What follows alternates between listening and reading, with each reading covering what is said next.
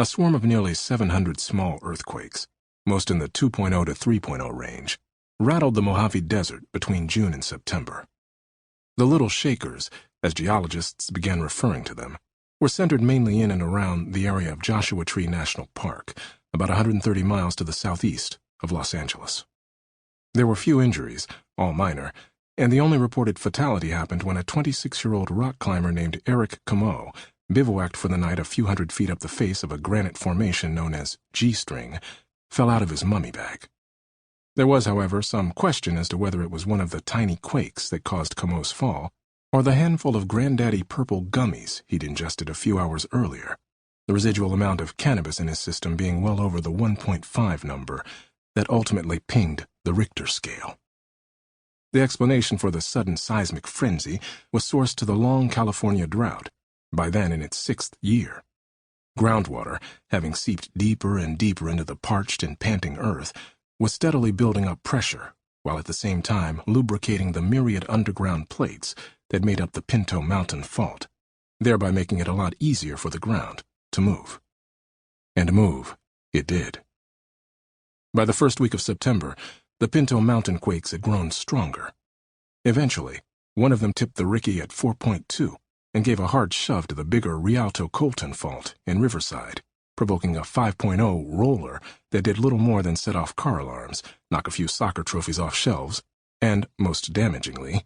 send shards of broken glass into the salad bar at an Olive Garden in San Dimas. Less than 24 hours later, the still settling fault under the Rialto Colton Basin gave what amounted to a gentle pat on the back to a northward section of the much larger San Andreas Fault, which, in turn, delivered a more vigorous jolt to the Hollywood Fault to the west. These last two handoffs were made possible by a grant from ExxonMobil, whose extensive fracking around the Los Angeles basin allowed for what might have remained a local event to now expand some 50 miles through newly created fractures in the bedrock. So it was on September 2nd, at 4 minutes after 10 p.m., a shaker with what would later be determined as a moment magnitude of 7.1, a modified Mercalli intensity of 9, violent, and ground accelerations that went a full 2 Gs, grabbed the city of Los Angeles by the throat and throttled it like a wolf on a weasel for a full 22 seconds. The worst damage was in Hollywood, where portions of over a dozen large structures, including the Chinese Theater and the Roosevelt Hotel, collapsed.